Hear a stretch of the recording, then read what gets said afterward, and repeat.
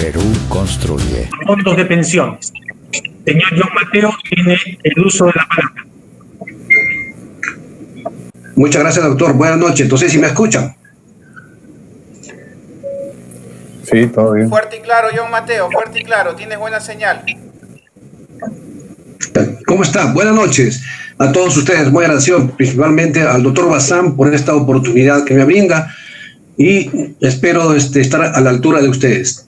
La propuesta que yo tengo ahora es hablar sobre el sistema. En la actualidad, el Perú cuenta con dos principales sistemas de protección social.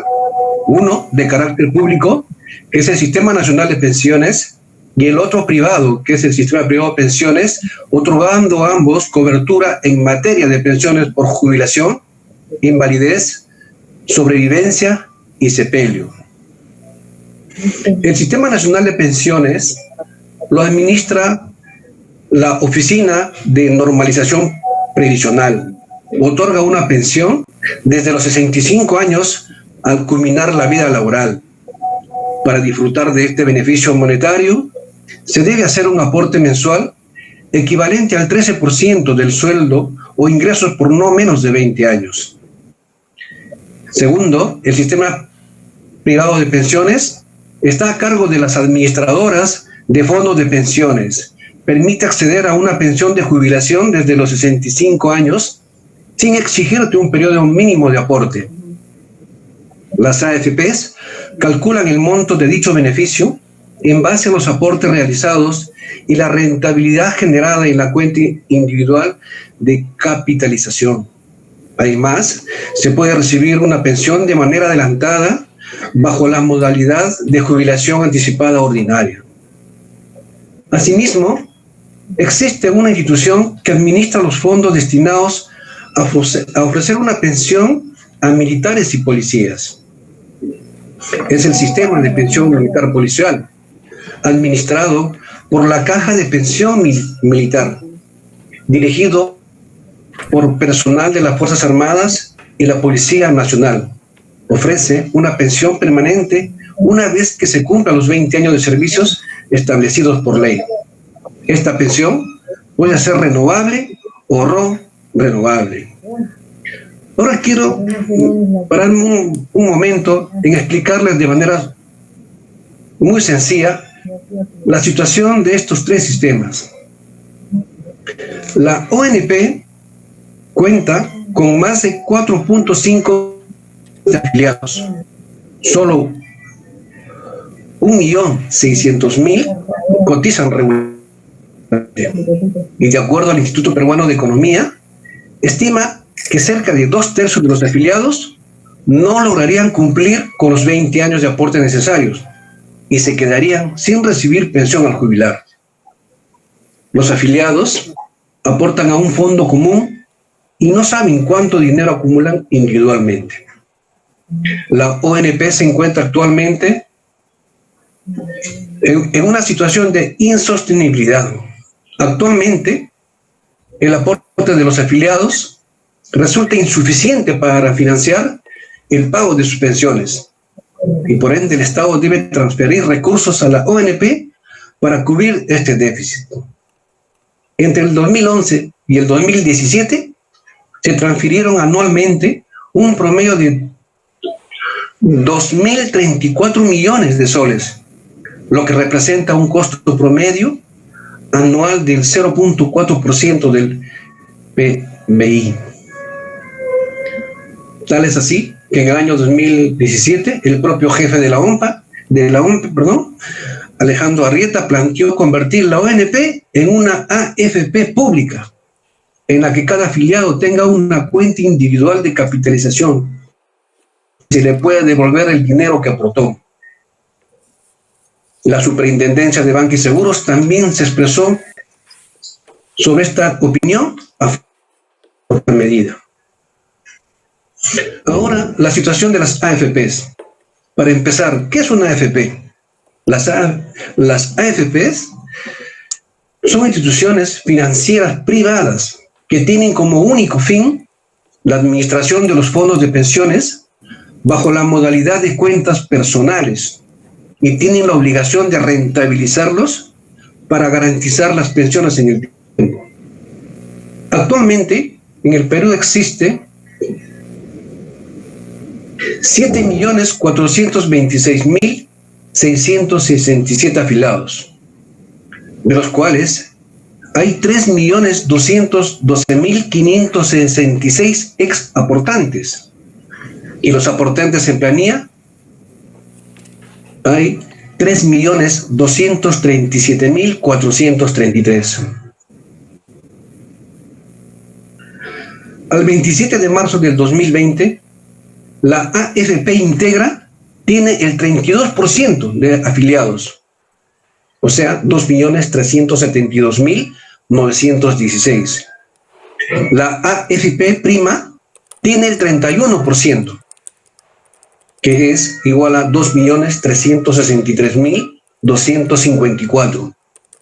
La AFP Profuturo tiene el 23%, o sea, 1.767.125 afiliados. Y por último, la AFP Habitat tiene el 14%, o sea, 1.017.292 afiliados. Como ustedes verán, el 70% de estos aportes se van a financieras extranjeras. ¿Por qué? Porque la AFP Integra pertenece al Grupo Sura, es una transnacional colombiana que tiene el Banco Colombia, y brinda diversos servicios financieros como seguros, pensiones, ahorro, crédito, y tiene inversiones diversas. La AFP Prima pertenece al Grupo de Crédito, es una empresa peruana que todos conocemos, que pertenece al Grupo Romero, que tiene el Banco de Crédito del Perú. Así, brinda servicios financieros como seguros, pensiones, ahorros, créditos e inversiones diversas como Credit Corp, etc. La empresa AFP Habitat pertenece a la empresa Habitat Andina, Sociedad Anónima, una empresa chilena que tiene el Banco Américas, brinda servicios financieros, igual, seguros, pensiones, ahorros, inversiones, etc. Y por último, la AFP Profuturo pertenece al Banco Scotiabank, uno de los 5 bancos más grandes de Canadá. Igual brinda servicios financieros, como seguros, pensiones, ahorro, inversiones, etc. Verán que tiene el sistema financiero internacional, tiene el 70% de aportes de los afiliados peruanos. En cuanto a las pérdidas y ganancias en los últimos dos años de las AFPs, en el año 2018, las AFPs ganaron 488 millones por concepto de comisiones. En el año 2019 tuvieron una ganancia récord de 501.639.000. Pero sin embargo, de diciembre del 2017 a diciembre del 2018, los afiliados perdieron más de 4.000 millones de soles. Justamente por eso, en enero del 2019, la presidenta de las AFPs, Giovanna Priale, reconoció que se había perdido esta cantidad de dinero, pero que lo habían recuperado en un tiempo récord de menos de un mes. Asimismo, reconoció que habían ganado esa cantidad de millones. Pero había informes periodísticos donde daban cuenta que sobre la ganancia de estos millones exorbitantes, pero también daban cuenta de que no eran más de 4.000 millones que se habían perdido, sino más de 10.000 millones de soles. En esa oportunidad, el presidente de ASPEC, que es Ólogo Cáceres, se pronunció y dijo que era un perjuicio que desfavorece exclusivamente al usuario y que no tiene forma de reclamar. Asimismo, en el 2017, el congresista Miguel Castro presentó el proyecto de ley mediante el cual proponía que los bancos, las cajas municipales y otras instituciones financieras puedan entrar a los fondos de pensiones y con AFPs. Ahora quiero explicarles sobre la situación actual de la Caja de Pensión Militar. La Caja de Pensión Militar es una institución de personalidad jurídica de derecho público interno, con patrimonio propio y de administrar el fondo, administrar el régimen de pago de las pensiones y compensaciones de sus, administrar los recursos de la caja con la al igual que las AFPs, y también tienen la facultad de administrar otros fondos y prestar otros servicios que aprueben por decreto supremo. ¿Quiénes forman parte de las cajas? Los egresados y las egresadas a partir del 1 de enero de 1974 de las escuelas de formación de oficiales, del personal subalterno y del personal auxiliar de las Fuerzas Armadas y de la Policía Nacional. Los incorporados o incorporadas desde el 1 de enero de 1974, igual de las Fuerzas Armadas y de la Policía Nacional, como oficiales subalternos y personal auxiliar, que reciben remuneraciones sujetas al descuento para este fondo de pensiones, así como forman parte también los deudos o deudas del personal de las Fuerzas Aéreas y de Policía Nacional. Pues la Caja goza de autonomía administrativa, económica y financiera.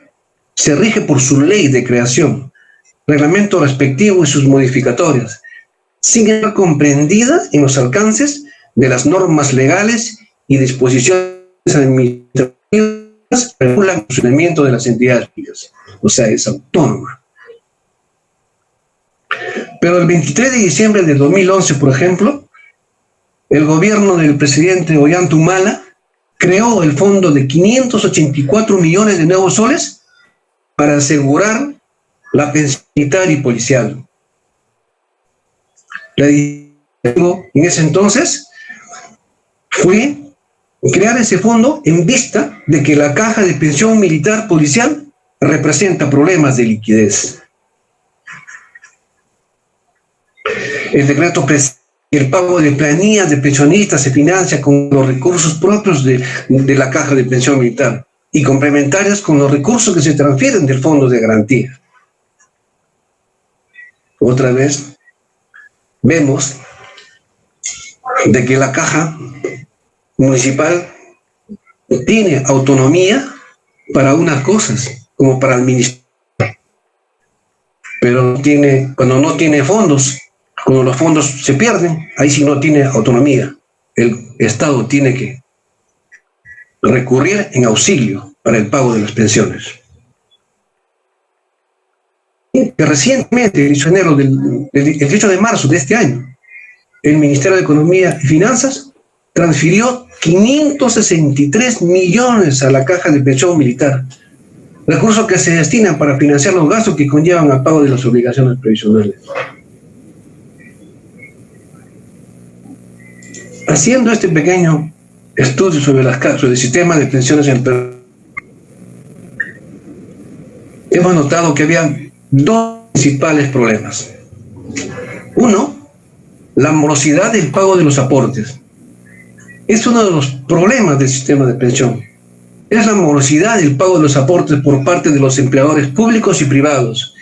Estos se quedaron con los aportes de los trabajadores y no entregaron, por ejemplo, a la ONP los aportes de 500.000 afiliados, a las AFPs 1.600.000 aportes que se quedaron. Esto pues ha originado la existencia de más de 750.000 procesos judiciales y una deuda en las cuentas individuales de capitalización de los afiliados que superan los 22.000 millones de soles, que sumado a esta informalidad laboral, 70% en el promedio, impide que la mayoría de peruanos tenga una protección presente y futura en materia de seguridad social. El otro problema es los fondos de aportantes en pérdida.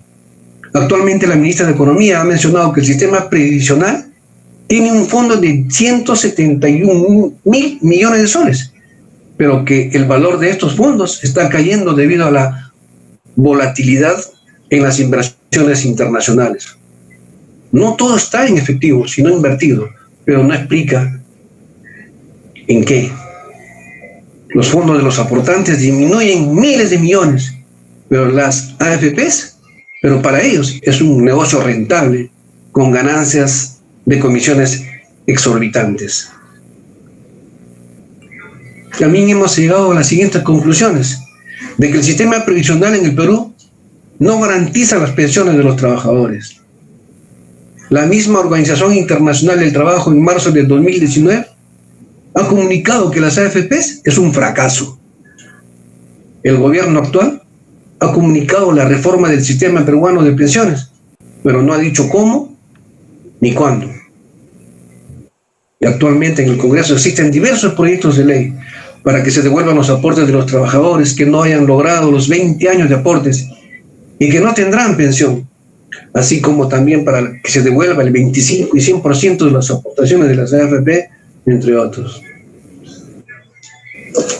Como verán, pues, el futuro que nos depara a los trabajadores en el Perú no es nada prometedor en cuanto a pensión que recibiremos una vez que nos jubilemos.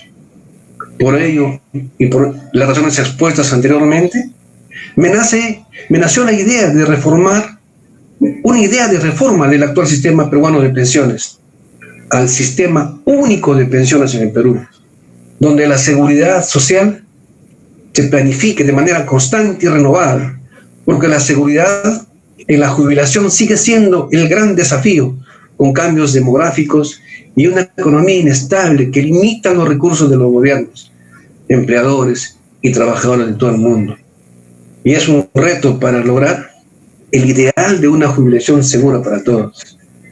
Esta creación del sistema único de pensiones tendría como finalidad de administrar y rentabilizar los aportes de los trabajadores dependientes o independientes, militares y policiales del Perú, así como también para brindar, como decía el doctor Bazán, seguridad previsional a los trabajadores, con la garantía de que sus aportes en años de trabajo nos den una jubilación digna y saludable.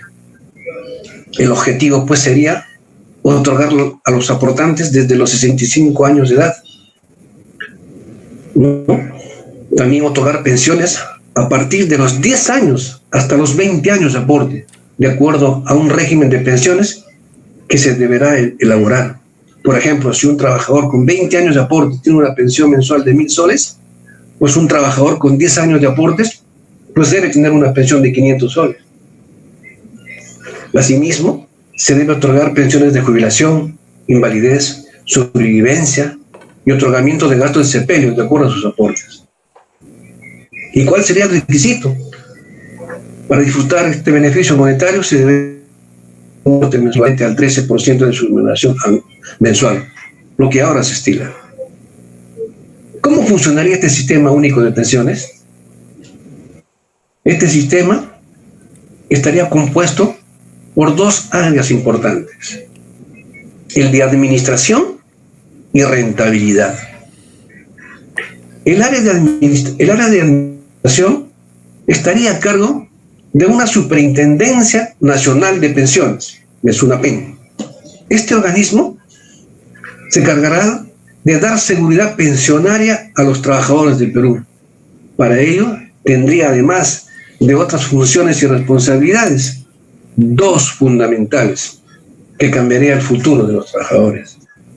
Otorgará el registro único de pensiones, parecido al RUC, a todos los trabajadores aportantes, con la finalidad de llevar el récord de sus aportes al sistema durante su vida laboral.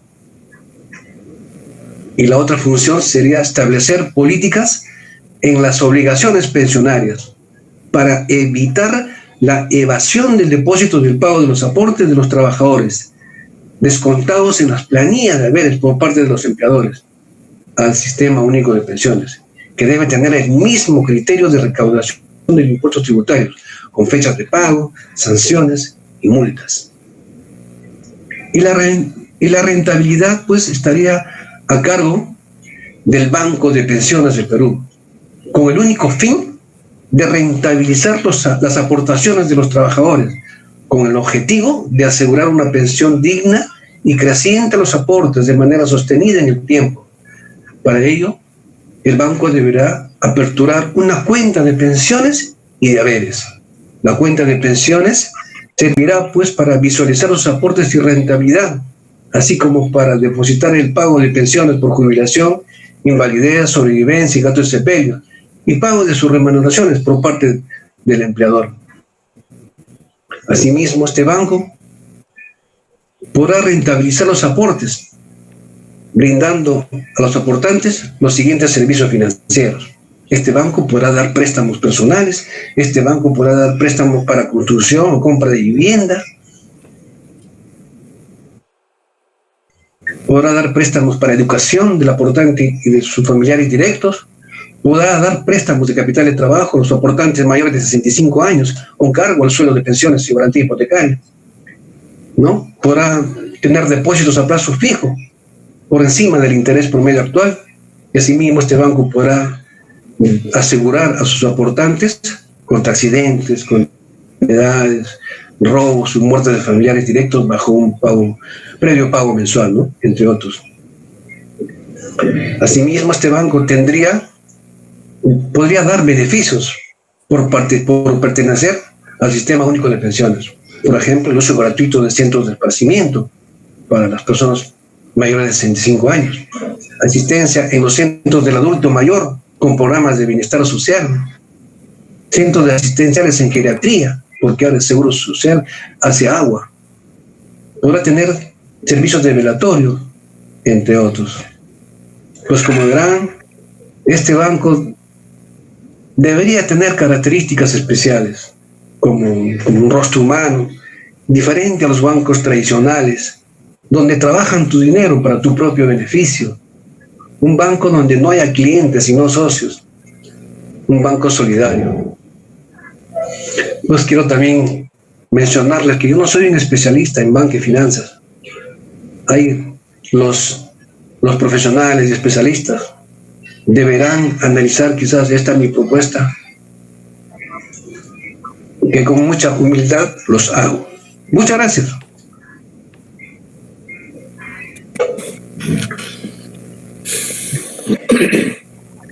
Bravo. Gracias, John. ¿Escuchan, no? Sí, se escucha. Bueno, muy buenas noches a todos los miembros integrantes de esta plataforma política Perú Construye. Quiero agradecer al doctor César Bazán, quien ha tenido la gentileza de no invitarme a participar el día de hoy con un tema muy importante y trascendental para el Perú y Latinoamérica y el mundo. Asimismo, agradecer pues a un gran amigo que conozco muchos años, Alfredo Vela, con quien compartimos temas coyunturales de política y de amistad, y asimismo también pues al doctor Antonio Rivas, quien ha tenido también ya la amabilidad de poder comunicarse a través, ¿no?, del hilo telefónico, ¿no? Bien, el tema que voy a compartir con ustedes, voy a ser muy explícito, claro, concreto al respecto, es sobre lo que es cultura, alfabetización y transformación digital en políticas públicas. Hoy en día estamos viendo que no solamente el Perú y Latinoamérica ha sucumbido a un problema de salud pública que ha dado lugar pues a que nosotros los ciudadanos del mundo, del Perú, de una ciudad o un distrito, busquemos la forma y la manera de comunicarnos. Ahora estamos viendo que la comunicación es uno de los aspectos más importantes en la vida personal, familiar, profesional, laboral, social, económica, en el mismo el tema de la salud pública. Entonces, ante estos grandes acontecimientos, no, que ningún país estaba preparado, ¿no? Ningún país. Hablemos propiamente del Perú. El Perú entró a una transición desde el gobierno electrónico desde el año 2010-2011, donde se sentaron las primeras bases a hacer un gobierno electrónico que ya con la nueva ley del gobierno digital del año 2017, espero que empiece pues a echar a andarse este carro tan importante de la transformación digital en el Perú desde como parte de las políticas públicas, y así lo establece la misma ley del gobierno digital. Entre el 2011 al 2017, ¿no?, ha habido un proceso de transición que propiamente no se ha entendido y no se ha comprendido lo que realmente es hacer una gestión pública desde la política pública, desde una transformación digital, ¿no? No lo hemos todavía logrado y entender, y hasta ahora la importancia que tiene lo que es netamente la cultura digital, la alfabetización digital, lo que la TIC, la Internet, ¿no?, y la transformación e interculturalización propia de nuestros pueblos y también del ciudadano. La historia del mundo y de la humanidad y la sociedad cambió por la influencia de las TIC desde el siglo pasado, desde finales del siglo pasado. Pero yo me voy a remontar no solamente a finales del siglo pasado. Desde el año 1985, 86, 87 se dieron los primeros pasos, los primeros adelantes, los primeros avances en cuanto de llevar una educación mediada por la informática educativa, ¿no? Yo me acuerdo cuando se enseñaba el logo en aquellos años, o cuando se trabajaba en RPG, en COBOL, o cuando se trabajaba todavía en Lotus o en Star Wars Perfect, ¿no? Cuando se utilizaron las primeras microcomputadoras que llegaron al Perú, como el caso de Alphatronic, RadioShack, Commodore, Atari, ¿no? Fueron las primeras computadoras. Inclusive cuando en el mismo INEI se trabajaba en aquel entonces con el sistema Infored para procesar información, ¿no? Todavía en aquel entonces había lo que comúnmente llamamos nosotros los famosos centros de cómputo, ¿no?, donde trabajamos con cintotecas, en aquel entonces discos duros y lectoras de cintas magnéticas. Pero el mundo cambió, indudablemente desde ahí comienza a cambiar el mundo. Aquellas personas y profesionales que hemos estado inmersos desde aquellos años, hemos venido siguiendo de cerca ¿no?, las pautas que se han dado desde el punto de vista educativo, gestión social, y desde el punto de vista de gobierno. En aquellos entonces, el año 1985, ya se tenía un concepto, idea de que la computación informática llegó para cambiar la sociedad, llegó para cambiar a nosotros mismos, llegó para cambiar la forma de hacer trabajo y especialmente de hacer educación. Entonces, como la historia del mundo y de la humanidad y la sociedad cambió por la influencia de tecnología, hemos visto que en cortísimos años ha habido una evolución y masificación de las nuevas tecnologías por sus potencialidades, que ha generado una serie de transformaciones y cambios en el comportamiento humano de las organizaciones y de la sociedad en general. Pero estos cambios que se han dado todavía no han sido entendidos y comprendidos por qué la importancia de una transformación digital desde el punto de vista de políticas públicas, ¿no? Porque en realidad llevar transformación digital es un cambio de mentalidad, pero un cambio de mentalidad desde el ciudadano, porque el servicio debe estar dado hacia el ciudadano como parte de la calidad de vida de un ciudadano en un país, en un contexto como el nuestro. Algo muy simple, si utilizo un celular, para mí un celular es una herramienta digital, tecnológica muy importante, que me va a permitir es socializar, comunicarme, tener información en el momento, ¿no?, producir nuevos conocimientos, producir contenidos y aprender a aprender, ¿no?, desde la biblioteca digital más grande del mundo. Pero esto es importante, que yo lo añado desde el año 2000, aproximadamente 99, lo que es educar en cultura digital o cibercultura. La sociedad, la educación, inclusive la misma economía a nivel mundial, las actividades humanas están siendo transformadas por la inclusión de la tecnología digital, el desarrollo de nuevos conocimientos, los conocimientos profundos generados por la tecnología de la información y la comunicación. Y nos presenta un nuevo desafío que es inevitable. La globalización ya está a nivel mundial. La economía, la sociocultural, que hoy en día forma parte de lo que es una cultura digital. Entonces, dentro de esta cultura digital, tenemos algo muy importante. Tenemos que educar para una cultura y ciudadanía digital responsable y productiva. Pero esto va a ser posible como parte de las políticas públicas para la transformación digital en la educación, que va a contribuir al desarrollo del país. En ello interviene la educación, la familia, gestión social, gestión laboral y profesional, y asimismo como gobierno y empresa. En esto todavía estamos tratando de avanzar a través de políticas públicas. Se está tratando de entender y comprender por qué es importante, ¿no? Por qué es importante gestionar, ¿no?, una organización o un estado o un país desde lo que es gobierno digital. Y sabemos nosotros que acá en Latinoamérica, uno de los países que tiene un ministerio TICS, ¿no? Que tiene un viceministerio de Economía Digital, es Colombia. Colombia ha avanzado en estos últimos quizás 10 o 5 años en una magnitud que todavía no le podemos alcanzar a Colombia. Y el año 2014, Medellín fue declarada la primera ciudad digital en el mundo, que lo declararon en Washington. Y siguen avanzando, pero a pesar de sus avances, están todavía ellos tratando, ¿no?, de entender y comprender la importancia que tiene masificar las TICs, porque se considera en Colombia que forma parte de la calidad de vida del ciudadano. En este sentido, la influencia de las redes sociales es importante hoy en día, y lo estamos viendo nosotros en todo momento, y más ahora en día, en este momento, ¿no?, en la economía digital, o sea, es parte de la economía digital.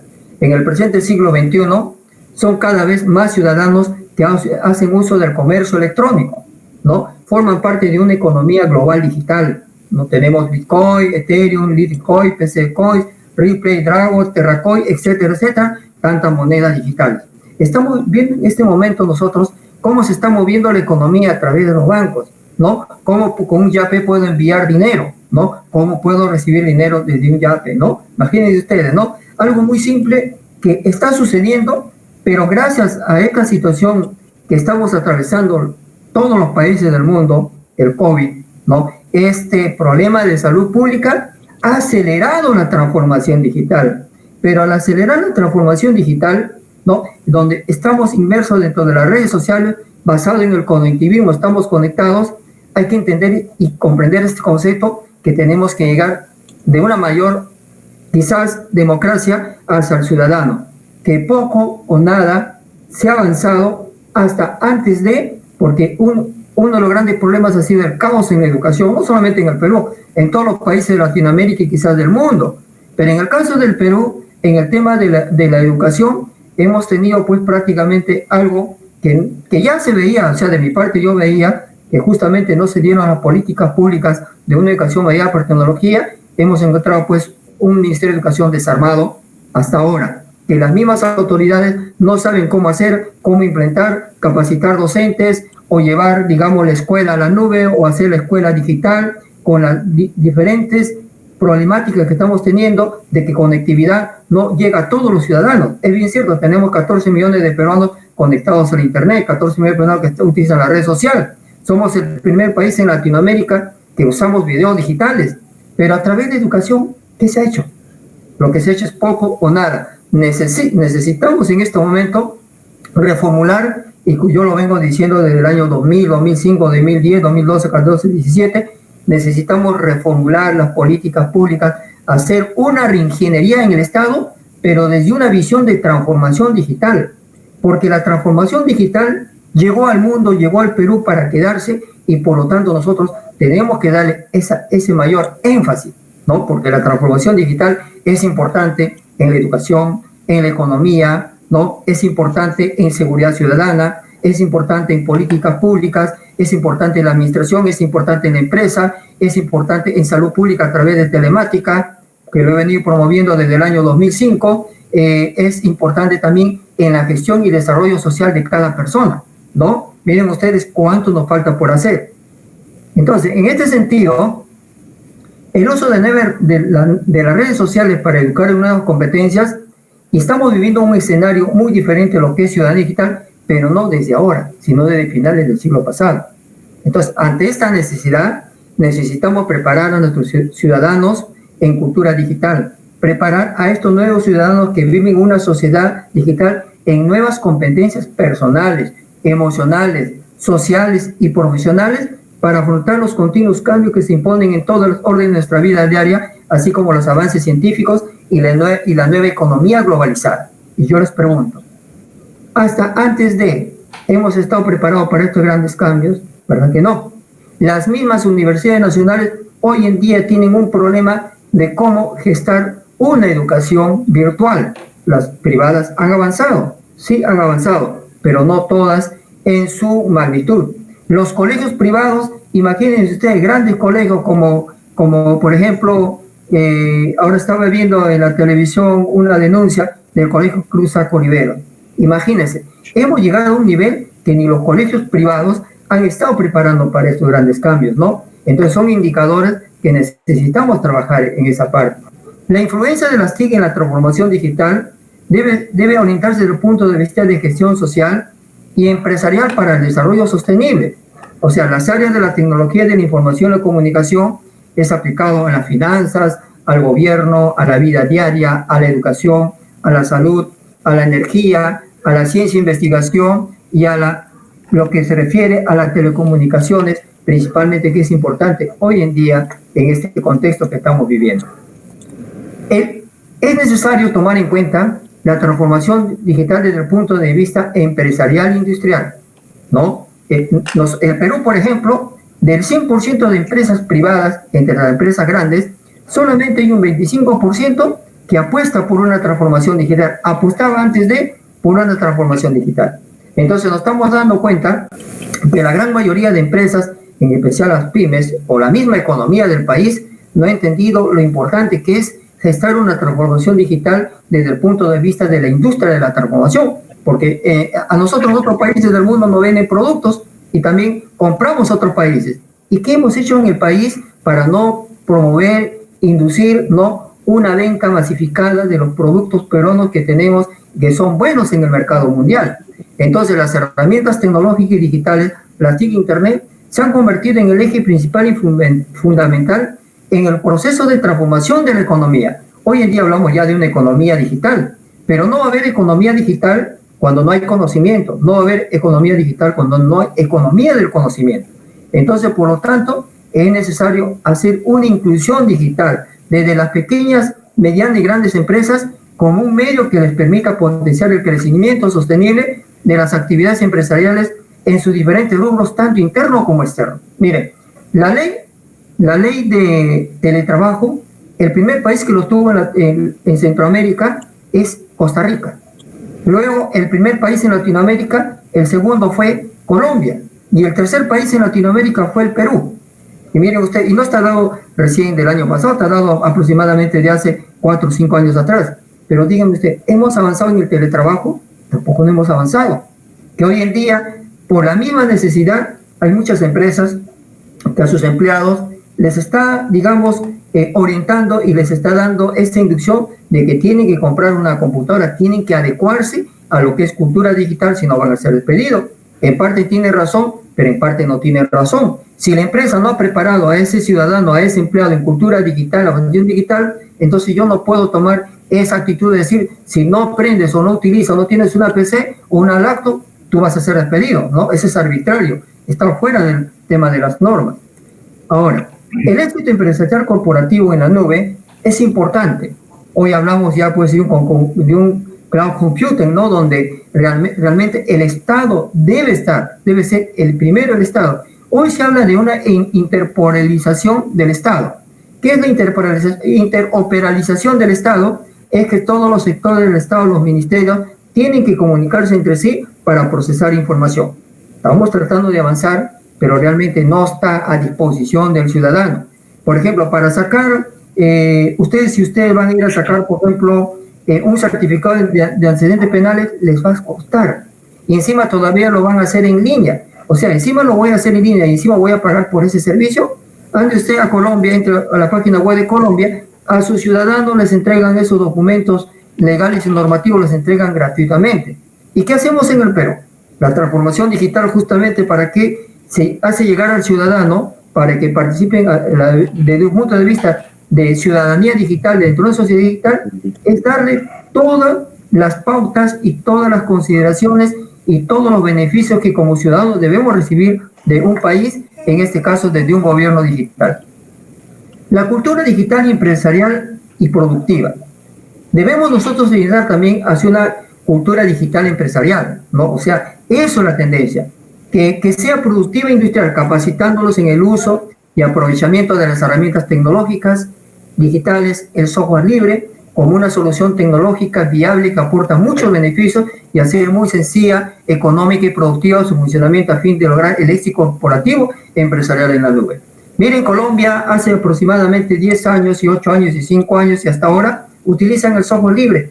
hay muchas empresas en Colombia que han apostado por el software libre y hoy en día son empresas corporativas que han ganado millones de dólares orientando a sus diferentes ciudadanos, a las empresas, a las pymes, ¿no? Inclusive desde el punto de vista de gestar startup para buscar una alternativa de innovación tecnológica a las diferentes actividades económicas a través del software libre, ¿no? Entonces acá hay algo muy importante que hay que tomar en cuenta nosotros, que estamos viviendo una innovación tecnológica disruptiva. Estamos viviendo la sociedad digital es disruptiva, el ciudadano digital es disruptivo, nosotros mismos somos disruptivos, la sociedad es disruptiva, ¿no? Los conocimientos son disruptivos. Hoy es lo que estamos viviendo hoy en día. Entonces, es necesario que nosotros debemos educar en competencias digitales, ¿no? Tenemos habilidades muy importantes con las cuales debemos preparar al futuro ciudadano. Uno de ellos principalmente es educación emocional, ¿no? El otro contenido es habilidades digitales y tecnológicas, y el otro es prepararlo en conocimiento profundo. Entonces, estas tres principales competencias digitales es muy importante para el ciudadano, porque si nosotros no preparamos ciudadanos que tengan la capacidad de ayudar a crecer, a desarrollar, a ser un país próspero, basado en industria tecnológica, en industria propiamente, desde la producción interna del país, entonces no vamos a avanzar como país. Por ejemplo, las universidades, conferencias dictan las universidades, les digo, señores catedráticos, doctores, magísteres, licenciados, hoy en día tenemos que educar nosotros a una futura generación de futuros profesionales que no sean dependientes de las empresas ni dependientes del Estado. Queremos hacer empresa, y para crear empresarios y profesionales que continúen en el país, tenemos que educar en un nuevo contexto globalizado, donde la ciencia, la tecnología y el tema de la cultura digital o el empoderamiento digital hoy está. Pero eso que depende, que uno tiene que cambiar. ¿Se da cuenta? Es todo un engranaje. Ahora, a esto es importante tomar en cuenta el desarrollo de una sociedad digital económicamente exitosa. En primer lugar, para lograr esto, tenemos que concientizar a la sociedad sobre lo que se quiere y lo que se debe lograr. Para cumplir con este desafío, los ciudadanos digitales necesitan desarrollarse en habilidades emocionales como la capacidad de comunicación, de trabajo en equipo y dominio de la tecnología. ¿Será exitoso su aporte a la sociedad en un mundo digital? Claro que sí. Si nosotros preparamos ciudadanos para el buen uso de la tecnología, para producir conocimientos, claro que sí. Antes de el celular en el Perú, y para mí era una preocupación, que solamente se utilizaba para ocio. Andábamos como personas inertes, viendo solamente y revisando videos, publicando, digamos, carteles que no conllevaban a nada. Hasta ahí hemos estado teniendo, en este caso, el uso de la tecnología. Pero con este proceso que se ha dado en el mundo, nos ha acelerado hacia la transformación digital. Pero aquí hay algo muy importante y delicado y peligroso. Algo muy importante. Es el momento de que tengamos que orientar, educar en valores, en cultura, en pensamiento crítico, para poder tener los ciudadanos que realmente van a responder a un nuevo escenario del mundo, especialmente del Perú, dentro de lo que es el desarrollo de la innovación, la ciencia y la tecnología en el mundo. Hoy ya se habla, digamos, no de una economía para el desarrollo, se habla de una economía, ¿no?, para gestar el desarrollo interno. Imagínense ustedes, ya se está hablando ese tipo de economía. Pero para eso nosotros necesitamos educar en igual de oportunidades en la sociedad digital al ciudadano digital. ¿Y cómo lo vamos a lograr esto? Si solamente un pequeño grupo está conectado a internet, un pequeño grupo tiene celular, tablet, tiene una computadora, pero todavía existe una gran cantidad de ciudadanos de las zonas andinas, las zonas rurales que todavía no tienen, tenemos que llegar. Entonces, democratizar, en este caso, lo que es netamente el uso de la tecnología digital en el país, porque es un derecho fundamental hoy en día de la persona. Entonces, por lo tanto, hoy en día es necesario que tenemos que promover la masificación de la cultura y afición digital para gestar y producir nuevos conocimientos. Y ustedes saben que la única manera de que un país pueda lograr desarrollarse desde un enfoque de lo que es cultura digital, alfabetización digital y lo que es de un gobierno digital, y para ser ciudadanos pensantes, para ser ciudadanos que realmente tengan la capacidad y la fortaleza de poder enfrentar estos grandes cambios, tenemos que educar en el pensamiento crítico. Y educar en el pensamiento crítico, ¿qué significa? A ese joven, a ese niño, tenemos que orientarle desde una cultura digital en valores y más humanas.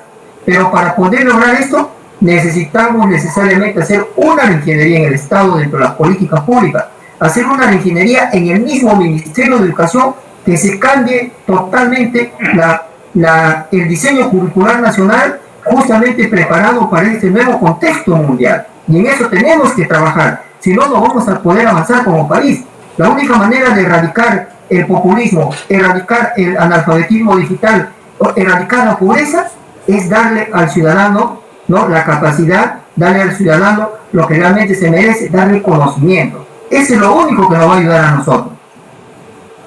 Aparte de eso, es importante tomar en cuenta que educar al nuevo ciudadano en contexto global implica es desde la educación gestar este gran cambio. Pero para poder gestar este gran cambio y llegar a tener, o el ciudadano pueda tener un poder digital, nosotros debemos tener en cuenta desde las elecciones, la justicia, un gobierno abierto, una lucha contra la corrupción, transparencia legislativa y participación ciudadana e informada. Eso es lo que nosotros necesitamos. Entonces, es la única manera de hacer que el ciudadano tenga poder desde el punto de vista de persona. Pero en la sociedad digital también debemos educar en valores basados en respeto, honestidad, generosidad, responsabilidad, autonomía e igualdad de acceso. Ahora, es importante tomar en cuenta que un país debe moverse por el lado de la cultura empresarial digital. Y yo les pregunto a ustedes, ¿cuál es la empresa más grande del mundo, la empresa de taxis más grande del mundo, que tiene empresa de taxis pero no tiene taxis? Uber. ¿Cuál es la empresa más grande del mundo que al menos ya tiene almacenes pero no tiene productos? Amazon. Imagínense ustedes. ¿En qué magnitud ha cambiado la forma de hacer empresa en el mundo? ¿Y cuál es la red social que nos ha cambiado a todos por excelencia y nos ha cambiado en el mundo? Justamente es Facebook. Nos ha cambiado de mentalidad, de actitud, de la forma de hacer negocio, socializarnos, ¿no? Gestionar la empresa, gestionar el Estado. Imagínense ustedes, y hoy en día, gracias a esta plataforma, que es una de ellas de tantas que hay, podemos comunicarnos y tenemos la oportunidad de llegar. Y a esto, el consumo en Internet, en el mundo digital, es realmente vertiginoso. Esto nadie lo para, absolutamente nadie lo para. Han tenido que surgir nuevas empresas, como por ejemplo Netflix, ¿no? Como el caso, por ejemplo, de Facebook, como el caso de LinkedIn, como el caso de Twitter, ¿no? Como el caso de YouTube, ¿no? Como el caso de Spotify, por ejemplo, ¿no? Y etcétera, etcétera. Tantas empresas que están surgiendo que justamente están dando lugar a una nueva industria de tecnología digital. Entonces, nosotros no nos podemos quedar. Necesariamente tenemos que hacer esa industria de tecnología digital desde las políticas públicas, porque desde ahí podemos tener un país diferente vía hacia el desarrollo, porque en el Perú hay talento.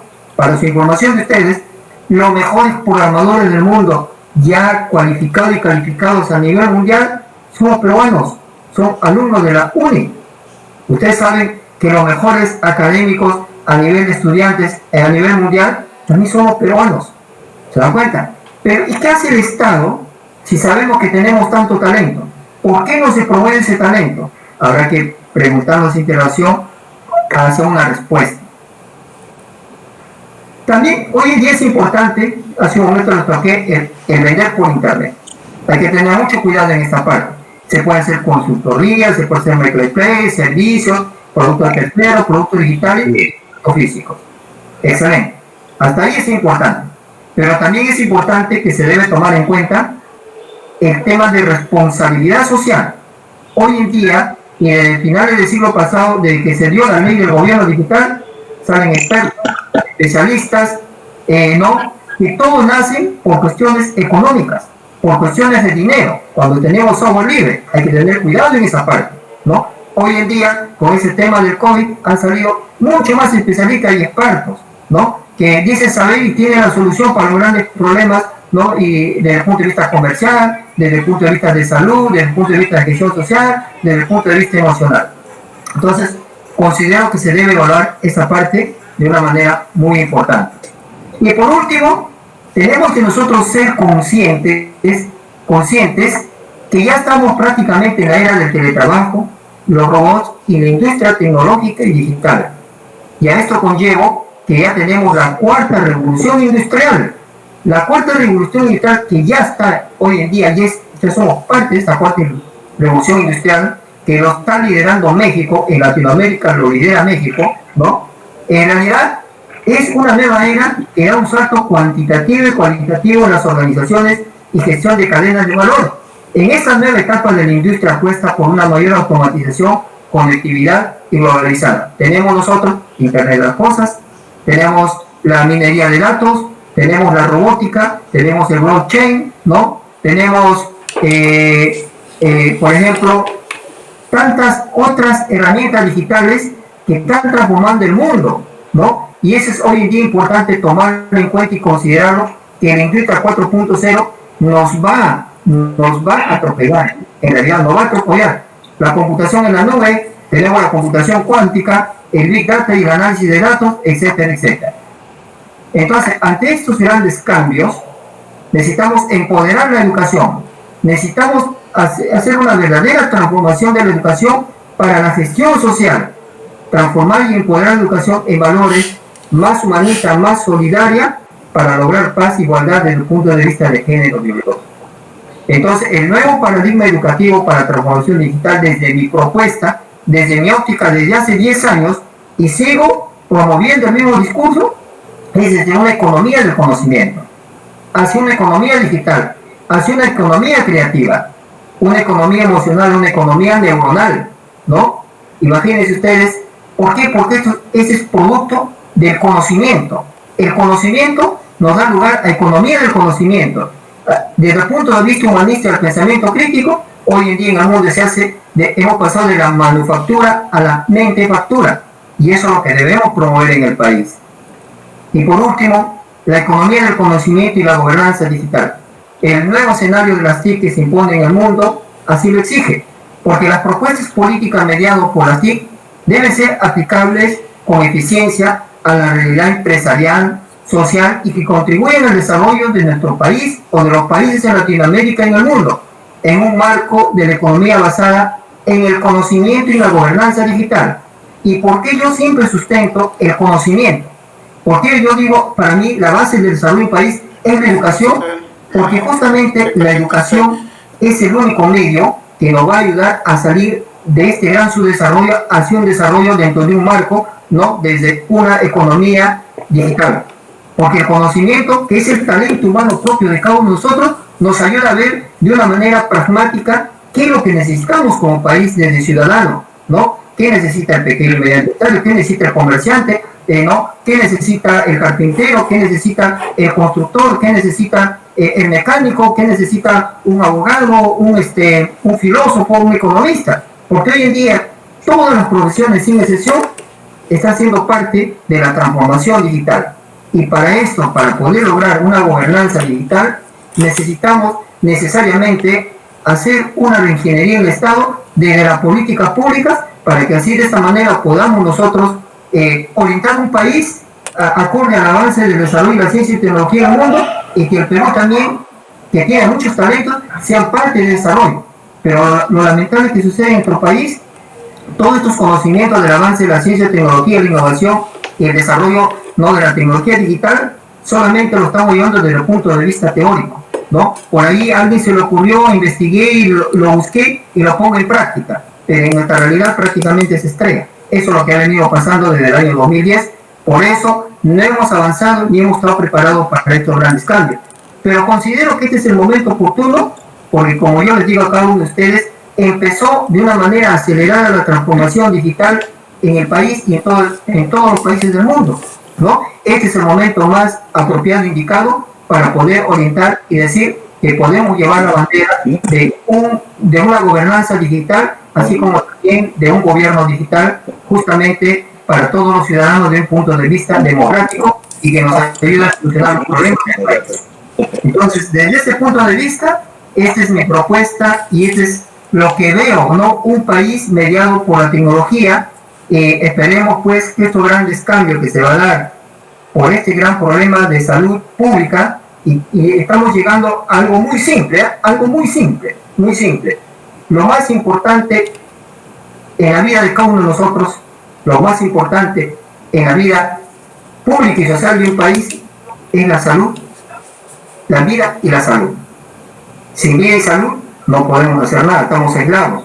Y también es importante la educación, porque la educación va a generar y va a crear y va a formar nuevos ciudadanos, pero que tengan una de las competencias más importantes: honestidad en valores, solidario y más humano, no humano sino más humano. Entonces el trabajo, al menos personal, que vengo realizando es llevar cultura, alfabetización digital para la gestión empresarial, para la educación, para las políticas públicas, para no deshumanizarnos, porque la herramienta digital, como bien claro dice, es una herramienta que nos apoya, es una herramienta que nos ayuda y nos facilita el trabajo, pero en este caso no nos va a reemplazar a nosotros.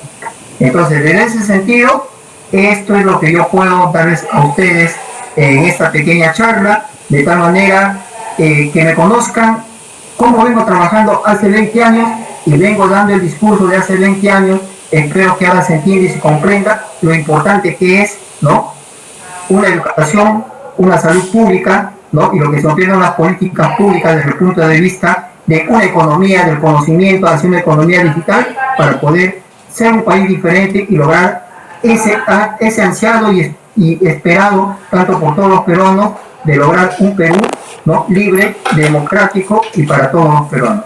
Gracias por haberme escuchado.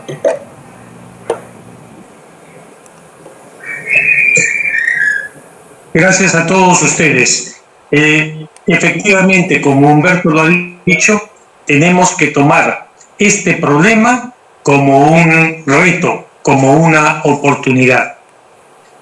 Decía un poema anónimo escrito en 1800 con respecto de la epidemia que hubo en ese momento: cuando la tormenta pase, te pido, Dios, apenado, que nos devuelvas mejores, como nos había soñado. Dios nos ha soñado a todos nosotros como iguales, creados a su imagen y semejanza, creados con el propósito de servirnos unos a otros y no de servirnos unos de los otros. Este es el momento y la oportunidad de replantear toda esa estructura que nunca hubo en nuestro Estado. Cuando nació la República, nació en un caos, el caos que ha permanecido hasta el día de hoy. Ese caos no nos ha permitido más que mirarnos el ombligo. Ahora tenemos la oportunidad de cambiar las cosas y de poder hacerlas mejores. Coincidimos exactamente con el licenciado Fidel González Quincho, porque nosotros debemos hacer una educación para todos aquellos que quieren vivir, aprender a hacer dinero, a manejar la economía. No podemos estar generando promociones de profesionales y de estudiantes que quieran salir solamente como empleados. Y lo vemos en las universidades. Los muchachos salen de la universidad y están buscando un trabajo. Ellos deben aprender a generar su propio trabajo. Sin empresa en el país, jamás habrá generación de riqueza. Si no cambiamos los conceptos de la educación por cultura, jamás tendremos una sociedad identificada. Si no pensamos en cambiar las estructuras sociales en base a valores, jamás podremos haber hecho nada. Y lamentablemente ahora nos encontramos en este momento de la pandemia, que la vieja costumbre de la corrupción todavía nos agobia. Aquellos que tenían que comprar los materiales para la supervivencia de aquellos que nos protegen pensaron en su dinero, en forrarse, y no pensaron en la vida de los demás. Esas son etapas, estructuras mentales que tenemos que superar. Y solamente se puede superar si pensamos que los valores en una sociedad, si la relación de persona a persona, el concepto de solidaridad existe. Si no pensamos nosotros como debería pensar la humanidad después de este enfrentamiento con un virus que nos está matando, que la solidaridad social es muy importante para todos, entonces nada habríamos aprendido. ¿Nos interesa que haya riqueza? Por supuesto que nos interesa que haya riqueza. ¿Nos interesa que se genere esa riqueza? Sí. ¿Por qué? Porque lo que queremos nosotros es la felicidad. Lo que va a suceder es que no todos encontramos la felicidad de la misma manera. Algunos encontraremos la felicidad creando cultura, enseñando a los demás, siendo buenos en nuestra profesión. Otros querrán ganar dinero, pero jamás tendrán lugar entre nosotros los corruptos, aquellos que generan zozobra entre la formación social, esos que no son más que delincuentes disfrazados que se encaraman dentro de un cargo público o tal vez también dentro de un cargo privado. Ninguno de ellos tiene lugar en nuestro país. El Perú está para construir. Esta es nuestra oportunidad para demostrarlo. Hoy hemos escuchado propuestas. Las discutiremos nuevamente el día jueves a las 7 de la noche y nuevamente la volveremos a discutir el próximo lunes también a las 7 de la noche. Para terminar esta reunión, citaré a Sánchez Carrión, quien fue el constructor de la República del Perú. Y él decía, solo es grande el que es útil a su patria. Es la oportunidad de Perú Construye. Seremos grandes porque seremos útiles a nuestra patria. Construiremos un nuevo Perú. Muchas gracias a todos y nos encontramos el día jueves a las 7 de la noche en esta misma plataforma. Muchas gracias a todos. Gracias, doctor César. Soy Dunia de Tecusco. Muchas gracias. Muchas gracias. Buenas noches. Perú Construye.